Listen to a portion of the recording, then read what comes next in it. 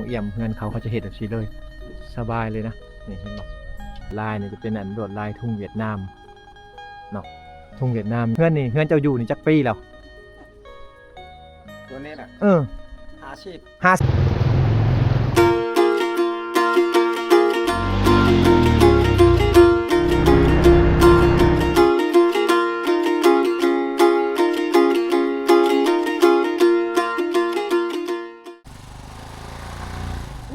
เส้นทางนี้พี่น้อง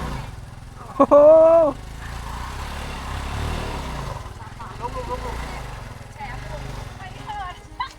มีคนมาซื้อให้บันนี้ลงเลยพี่น้องโอ้ไป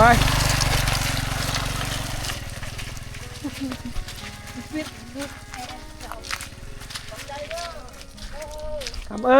ญ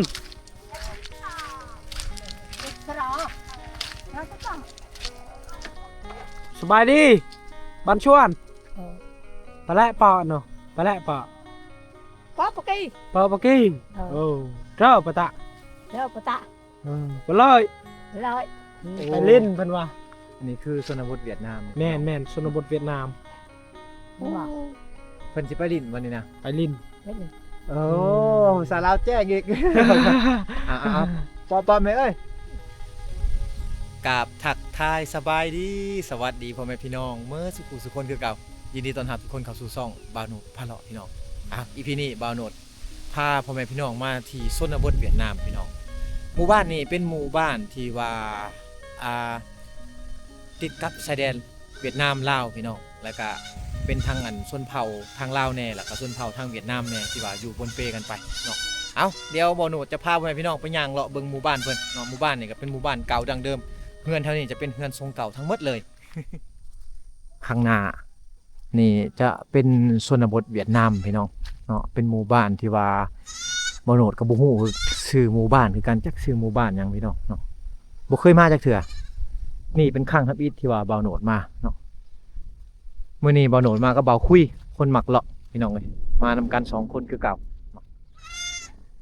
เฮือนซานอยู่ในเขตนี่จะเป็นเฮือนซานที่ว่าดั้งเดิมของชนเผ่าอลีอลอได้นี่เห็นบอกเงินลังนี่เบิ่งบรรยากาศพี่น้องเลยฝนกระตกลินมาแล้วเนาะฝนกระตกลินมาแล้ว ช่วงนี้เฮือนซ่านกับเจ้านี่เขาเจ้าบ่ค่อยได้อยู่เลยพี่น้องคนก็บ่ค่อยได้อยู่ปานใดเขากับไปผุนหมดเลยเนาะไปไปสวนไปไห่หมดพี่น้องเพราะว่าคนในเขตนี่ก็เป็นเชื้อสายคนลาวเขาแน่เชื้อสายคนเวียดนามแน่ที่ว่ามาอยู่ปนเปกันไปนี่เงินซานเพิ่นบางครอบครัวอาจจะเว้าภาษาลาวแจ้งบางครอบครัวก็เว้าบ่ได้พี่น้องสบายดีพ่อเอ้ยบันชวนสบายดี กินกาแฟบ่จ่ากาแฟเพิ่นเป็นคนเวียดนามพี่น้องอาจจะบ่เข้าใจภาษาบ่หนวดว่าเพิ่นได้ต้องเข้ามาชนบทก็แบบนี้แหละพี่น้องคำแม่นว่าเฮาบ่ฮู้ภาษาคำเว้าก็สิอธิบายบ่ถูกเนาะถ้าเว้าภาษาเวียดนามเพิ่นโอ้เพิ่นเว้านำเลยพี่น้องโอ้เฮือนหลังเก่าอันนี้น่าจะเป็นอันเฮือนอีกหลังนึงเอาบันไดลงแบบนี้นี่บ่มีคนอยู่เฮือนเลยพี่น้องเนาะถ้าว่าเอาคันไดลงแบบนี้นี่บ่มีคนอยู่เฮือนแล้วกล้องตารางเฮือนนี่เต็มเนาะเต็มด้วยไม้ด้วยฟืนจักหน่อยฮ้อนฤดูหนาวแล้วนี่หาฟืนยากเลยพี่น้องโอ้ทางเขตนี่เขาจะใส่น้ำเนาะน้ำอย่างว่านี่น่าจะเป็นน้ำประปาเด้อทางเขตเวียดนามเพิ่นนี่เนาะเพิ่นจะใส่น้ำประปาพี่น้องเอ้ยเอาย่างเลาะเบิ่งหมู่บ้านเพิ่นพี่น้องหมู่บ้านเวียดนามก็สิประมาณนี้แหละเนาะเฮือนซานข้างหน้านี่จะเป็นเฮือนซานทรงเก่าของคนในชนเผ่าเวียดนามพี่น้องนี่เฮือนหลังนี่เฮือนทรงเก่าอะไรได้นี่นะเห็นบ่ข้างหน้า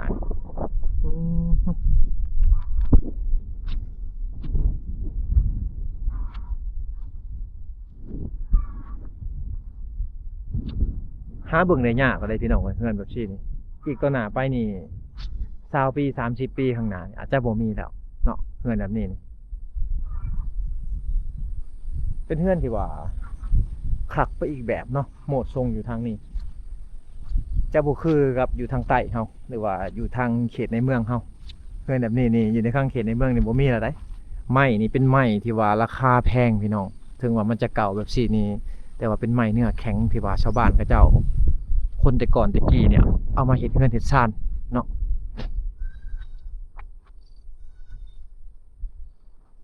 โอ้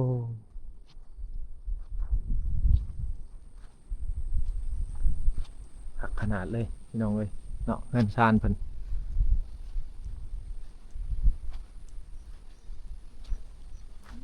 บ่ธรรมดาพี่น้องนั่นก็เลี้ยงควายไปพร้อม ควาย2ตัวเลี้ยงไปพร้อมควายบ้าตุ้ยๆนึงนะปลูกปลาไว้นี่เลยนะผูกควายปลาไว้นี่เลย บักตุ้ยๆนึงควายครับผมเงินซานดังเดิมบาลีอะลอพี่น้องเนาะเป็นเงินซานดังเดิมบาลีผู้คนบ่อยู่พี่น้องเลยเนาะจะถามจะไทยถามกะบ่กล้าถามพี่น้อง บ่โดนบ่เป็นภาษาเวียดนามเนี่ยมีแต่มาถ่ายภาพบรรยากาศให้พ่อแม่พี่น้องให้เบิ่งหั่นแหละเนาะว่าเฮือนซานเพิ่นในปัจจุบันนี่เป็นจังไดแล้วอยู่ในเขตเวียดนามเฮา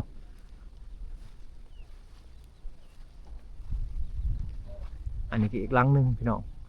หลังคาเฮือนหลังนี้แบบดั้งเดิมบ่ดีแต่หลังคาเฮือนหลังนี้นี่เนาะ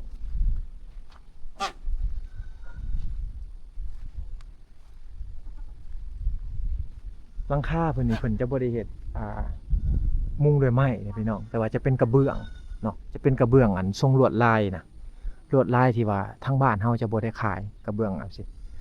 ถ้าเมื่อก่อนก็เปรียบเทียบกับแผ่นซีแพคพี่น้องแผ่นซีแพคน้อยๆนะเนาะอยากคล้ายๆกันแต่ว่าแผ่นตัวนี้นี่มันจะมีลวดลายที่บ่คือกับซีแพคอยู่ทางบ้านเฮาเห็นบ่เนาะเป็นเรือนทรงเก่าพี่น้องเรือนหลังนี้นี่ประมาณได้อยู่ประมาณ3-40 ปีแหละ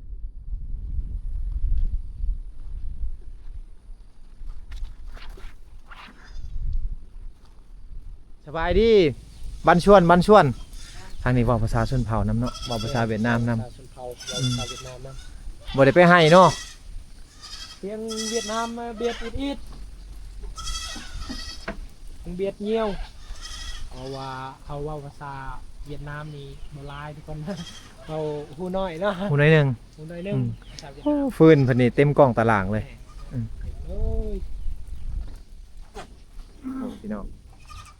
เงินซานเนาะสบายดี คงดีไรไอ้นี่ละคงดีไรเนาะคงดีไร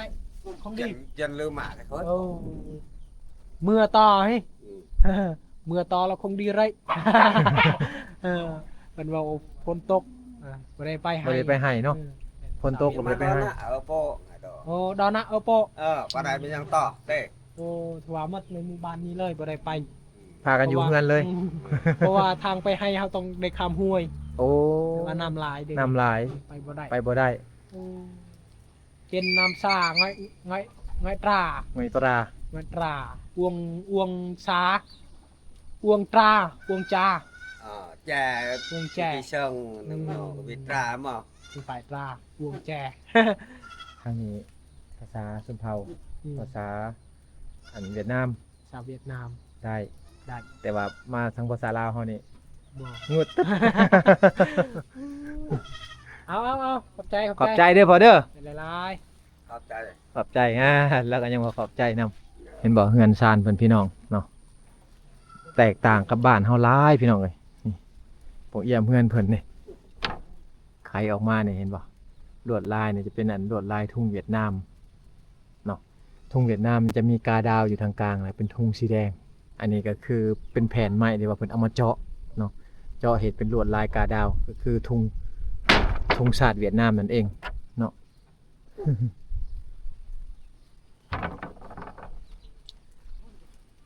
เฮือนนี่มีจักห้องพี่น้องว่า1 2 3 4 5พอดี5ห้องเฮือนเพิ่นนี่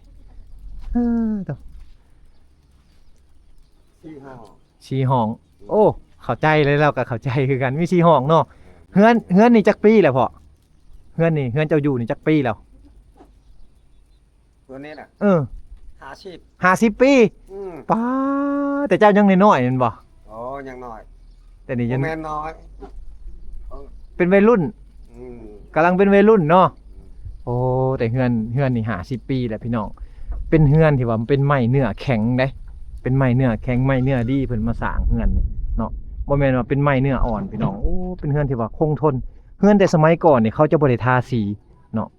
เขาจะบ่ได้ทาสีเป็นไม้เป็นเนื้อไม้ล้วนๆเลยแบบสิบ่ได้ทาสีเลยเนาะไม้นั่นเลย ไม่ตัวนี้ก็พ่อน้องแล้วเลื่อย โอ้พอเลื่อยเองเลยเฮ็ดเองเลยแม่นบ่ เองบ่ อ๋อ บ่มีจ้าง บ่มีจ้าง จ้างก็บ่มีเงิน ตะกี้เนาะเฮือนนี่เฮ็ดเองบ่ เฮ็ดเอง เออแต่เฮือนเพิ่นได้นี่50 ปีแล้วได้เฮือนนี่พี่น้องเอ้ยเนาะหลังคานี่ซื้อมาแต่ตัวเมืองเวียดเลย แต่เวียด หลังคานี่ สังกะสีนี่ เออ แต่เวียด เอามาแต่เวียดเลยแม่นบ่ อ่า เอามาแต่ตัวเมืองเวียดเลย อ่า หลังคาแบบนี้นี่ถ้าแม่นว่าเปรียบอยู่ลาวเฮานี่มันบ่มีอันนี้บ่มีเลยบ่มีอยู่ฝั่งลาวนี่บ่มีหลังคานี่หลังคาเขาแบบนี้เป็นซีแพ็คตะกี้เนาะเขาเอาดินจี้เฮ็ดแม่นบ่ เป็นกี้ เออดินจีเป็นอันหลังคาดินเผาพี่น้องแต่สมัยก่อนเพิ่นเฮ็ดนี่นะมาในปัจจุบันนี่บ่มีแล้วได้มีแต่เฮือนเพิ่นหลังคาอันหลังเดียวนี่ได้ที่ว่ายังมีอยู่เนาะ อันนี้นะ น้ำลังเดียวนึง หลังเดียวนี่ยังมีอยู่ใกล้ในบ่มีแล้วใกล้ในเป็นกระเบื้องแบบซั่นแหละพี่น้อง กระเบื้องจังซั่น เป็นกระเบื้องแล้วเออแต่ว่าเป็นแบบนี้น่ะบ่มีแล้ว อันนี้คือเฮือนบูฮานอะลีนี่แหละคือเจ้าของเฮือนเพิ่น สูบเฮือนเนาะเฮือนเนาะตัวนี้เนาะ เฮือนแต่บ่ได้ใส่บังเนาะใส่เป็นอันโฮมเจียเอา ใส่เจียครับ นี่มันสูตรซี่นี่ใบยาสูตรซี่นี่เห็นบ่พี่น้องแล้วก็หำเจียเอาเนาะโดยอ้าวขอมุกขอบใจเว้ยลูกขอย่างเลาะหมู่บ้านหน่อยเด้อเพิ่นเว้าภาษาลาวก็แจ้งพี่น้องเว้าภาษาเวียดก็ได้เนาะคิดว่าเพิ่นเว้าภาษาลาวบ่ได้แต่เนาะบ่โดดก็บ่ฮู้จักสิแนวสิล่มแน่พอได้ล่มกับเพิ่นพี่น้องพอได้ฮู้ข้อมูลเฮือนซานเพิ่นเนาะเป็นเฮือนซานที่ว่าอายุ50 ปีพี่น้องเป็นเฮือนซานดั้งเดิมของคนชนเผ่าในประเทศเวียดนาม สบายดีโอ้ทางนี้ใช้รถเวียดนามเลยเนาะเป็นรถเวียดนามแบบนี้เลยนี่เป็นป้ายของอันป้ายนี่กวงจิบ่มาแต่กวงจิบ่ ทุกที่ นี่74เฮ็ด1เฮ็ดวันนี่แม่นพี่น้องทาง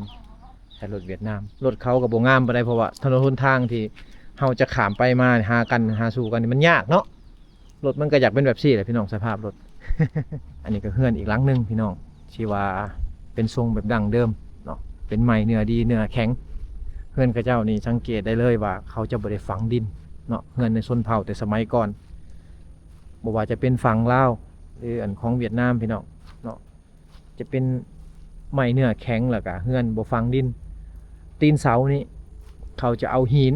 เนาะหินแบบซี่พี่น้องหินแบบซี่แหละมานั่นมาห้องเสาไว้เพราะว่าสะดวกแบบนี้สะดวกคือการย้ายเฮือนย้ายชานต่างๆนี่ชาวบ้านเขาเจ้าประมาณ100 กว่าคนนี่เขาจะมาย่อซอยกันพี่น้องย่อไปป้าไว้บางอื่นก็ได้หรือว่าจะย่อไปป้าไว้บางไม้ที่ว่าทางบ้านเขาจัดสรรให้เนาะเอาก็ย้อนแบบซี่แหละพี่น้องเอ้ยสาเหตุแบบซี่แหละชาวบ้านเขาเจ้าจึงบ่ได้ฝังเสาเฮือนลงดินเนาะจะใส่อันหินจากภูจากผาหรือว่าจากแม่น้ำเอามาห้องน้องบางครอบครัวที่ว่ามีเงินแน่เขาก็ซื้อตีนเสาจากตัวเมืองเวียดนามเอามาห้องเสาเนาะเอามาห้องเสาถึงว่าเพิ่นจะอยู่ในชนบทเวียดนามแต่ว่าเขาก็ยังหูจักปลูกฝังพี่น้องก็คือกล้วยน้ำนี่จะเป็นกล้วยน้ำที่ว่าชาวบ้านเขาเจ้าปลูกในสวนโอ้ในสวนนี่มีหมกเพชรพร้อมเลยพี่น้องเลยเนาะในสวนนี่มีหมกเพชรหมกถั่วพี่น้องหมกเขือเนาะอยู่ในสวนเพิ่นนี่พุ่นหมกกล้วยพี่น้องเลยเนาะ